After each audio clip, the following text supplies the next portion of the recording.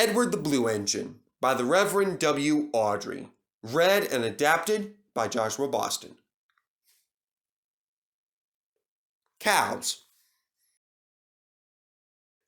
Edward the Blue Engine was getting old. His bearings were worn, and he clanked as he puffed along. One day, he was taking 20 empty cattle cars to a market town. The sun shone, the birds sang, and some cows grazed in a field by the line. "Come on, come on, come on," puffed Edward. "Ow! Oh! Ee! Ow!" screamed the cars. Edward puffed and clanked. The freight cars rattled and screamed. The cows were not used to trains. The noise and smoke disturbed them. They twitched up their tails and ran. The cows galloped across the field, broke through the fence, and charged the train between the 13th and 14th cars. The coupling broke, and the last several cars left the rails.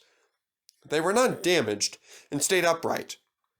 They ran for a short way along the sleepers before stopping. Edward felt a jerk, but he didn't take much notice. He was used to all kinds of freight cars. "Bother those silly freight cars," he thought. "Why can't they come quietly?" He then ran on to the next station before either he or his driver realized what had happened. When Gordon and Henry heard about the accident, they laughed and laughed. "Fancy having cows to break his train. They wouldn't dare do that to us. We would show them." Edward pretended not to mind, but Toby was nearby, and he was furious with the bigger engines. "Shut up, you two," he scolded. "Edward couldn't help it, and you've never been around cows before. I have, and I know the trouble that they can cause." Some days later, Gordon rushed through Edward's station. "Boop, boop," he whistled. "Mind the cows today, Edward. Hurry, hurry, hurry," he puffed to the coaches as he panted up the hill. "Don't make such a fuss! Don't make such a fuss!" grumbled his coaches. They rumbled over the viaduct and roared through the next station. A long, straight stretch of line lay ahead. In the distance was a bridge. It had high parapets on each side. It seemed to Gordon that there was something on the bridge. His driver thought so too. "Whoa, Gordon," he said, and shut off steam. "Pooh," said Gordon. "It's only a cow. Shoo! Shoo!" he hissed, moving slowly onto the bridge.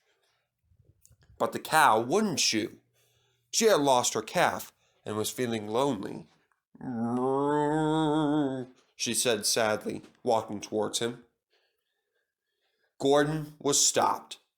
His driver, fireman, and some passengers tried to send her away, but she wouldn't go, so they gave it up. Presently, Henry arrived with the train in the other direction. "What's this? A cow?" he said grandly. "I'll soon settle her. Be off! Be off!" But the cow turned and mooed at him. Henry backed away. I don't want to hurt her," he said. Drivers, firemen, and some of the passengers again tried to move the cow, but they failed. Henry's conductor went back and put detonators on the line to protect his train. At the nearest station, he told them about the cow. That must be Bluebell," said a porter thoughtfully. "Her calf is here, ready to go to market. We'll take it along with Percy."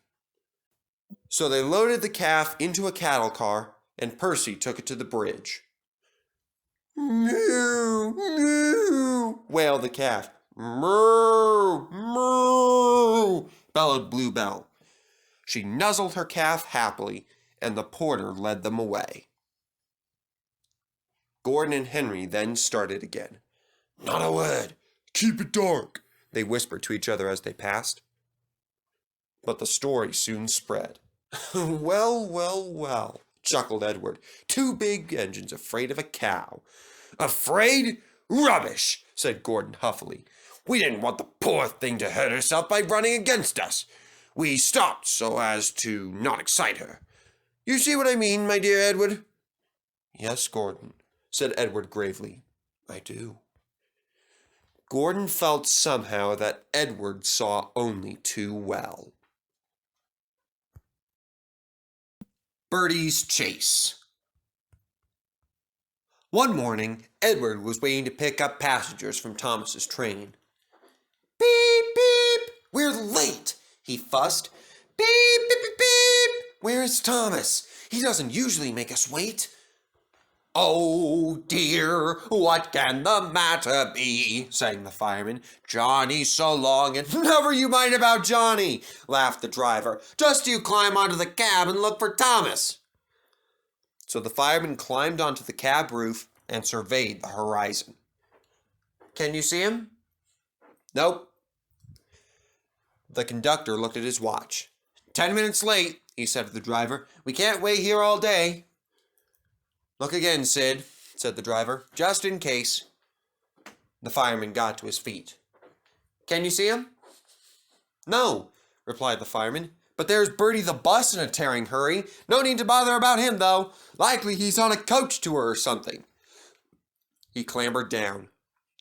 Right away, Charlie, said the conductor, and Edward puffed off. Toot, toot, toot! Stop! Stop! I've got Thomas's passengers! Wailed Bertie, roaring into the yard. But it was no good. Edward's last coach had disappeared into the tunnel. Bother, said Bertie. Bother Thomas's fireman not coming to work today. Oh, why did I promise to help the passengers catch the train? That will do, Bertie, said his driver. A promise is a promise, and we must keep it. I'll catch Edward or bust, said Bertie grimly as he raced along the road. Oh, my gears and axles, he groaned, toiling up the hill. I will never be the same bus again. Hooray! Hooray! I see him! Cheered Bertie as he reached the top. Oh, no! Edward's at the station, he said next minute. No, he stopped at a signal. Hooray! Hooray! Bertie tore down the hill, his brakes squealing at the corners. Well done, Bertie! Shouted his passengers, who were bouncing around like balls in a bucket. Go it! Hens and dogs scattered in all directions as he raced through the village. Wait! Wait! Tooted Bertie as he skidded into the yard. But he was just in time to see the signal drop, the conductor wave his flag, and Edward puff out of the station. His passengers rushed to the platform, but it was no good, and they came bustling back. I'm sorry, said Bertie unhappily. Never mind, Bertie, they said. After him quickly. Third time lucky, you know. Do you think we'll be able to catch him at the next station, driver? There's a good chance, replied the driver. Our road keeps close to the line, and we can climb hills better than Edward. I'll just make sure. He spoke to the station master. Bertie and the passengers waited impatiently. Yes, we'll do it this time, said the driver. Hooray! Called the passengers as Bertie chased after Edward once more. This hill is too steep! This hill is too steep! Grumbled the coaches as Edward snorted in front. They reached the top at last and ran smoothly into the station. Beep, beep, whistled Edward. Get in quickly, please. The porters and people hurried, and Edward impatiently waited to start. The conductor blew his whistle, and Edward's driver looked back. But the flag didn't wave. There was a distant toot, and the station master, running across, snatched the green flag out of the conductor's hand. Then everything seemed to happen at once. Toot, toot, toot! Bellowed Bertie. His passengers poured onto the platform and scrambled into the train. The station master told the conductor and driver what had happened, and Edward listened. Oh, I'm so sorry about the chase, Bertie, said Edward. My fault, panted Bertie. Late at Junction. You didn't know about Thomas's passengers. Beep, beep, we're off, whistled Edward. 3 cheers for Bertie, called the passengers. They cheered and waved until they were out of sight. Bertie then raced back to tell Thomas that all was well. Thank you for looking after my passengers and keeping your promise, Bertie, said Thomas. You're a very good friend indeed. Saved from scrap. Sir Topham Hatt works his engines hard, but they are very proud, and he calls them really useful. One day, Edward said to Thomas, I'm going to the scrapyard today. What? Already?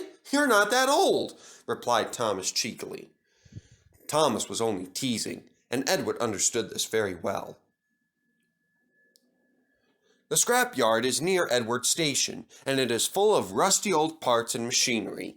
They are broken into pieces, loaded into freight cars, and Edward takes them to the steelworks, where they are melted down and used again. On this particular day, there was a surprise waiting for Edward in the yard. It was a traction engine, and he was looking very sad. Hello, said Edward. You're not broken down and rusty. What are you doing here? I'm Trevor, said the traction engine sadly. They're going to break me up next week. What a shame, said Edward.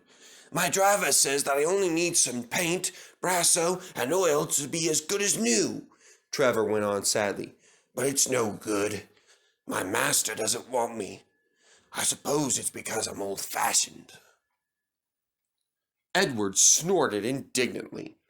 People say I'm old-fashioned, but I don't care. Sir Topham Hatt says I'm a really useful engine. My driver says that I'm really useful too, replied Trevor. I sometimes feel ill, but I don't give up like these tractors do. I struggle on and finish the job. I have never broken down in all my life, he ended proudly. What work did you do? Asked Edward kindly. My master would send us from farm to farm. We threshed the corn, hauled logs, sawed timber, and did lots of other work. We made friends at all the farms and saw them every year. The children loved to see us come. They followed us in crowds and watched us all day long. My driver would sometimes give them rides. Trevor shut his eyes, remembering. I like children, he said simply. Oh, yes, I like children. Edward then set off for the station. Broken up, what a shame! Broken up, what a shame! I must help Trevor, I must! He thought of the people he knew who liked engines. Edward had lots of friends, but strangely, none of them had any room for a traction engine at home. It's a shame, he hissed as he brought some coaches to the station. Then an idea flew into Edward's funnel. Beep, beep, he whistled. Why didn't I think of him before? For waiting there on the platform was the very person. Good morning, Charlie. Good morning, Sid. Hello, Edwin. You look upset. What's the matter, Charlie? He asked the driver. There's a traction engine in the scrapyard, Vicar. It'll be broken up next week, and it's a shame. Jem Cole says that he never drove a better engine.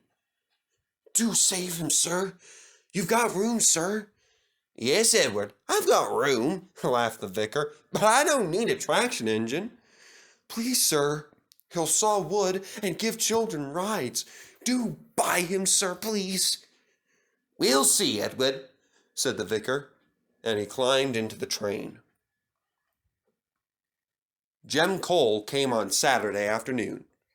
The Reverend is coming to see you, Trevor. Maybe he'll buy you. Do you think he will? Asked Trevor hopefully. He will when I've lit your fire and cleaned you up, said Jem.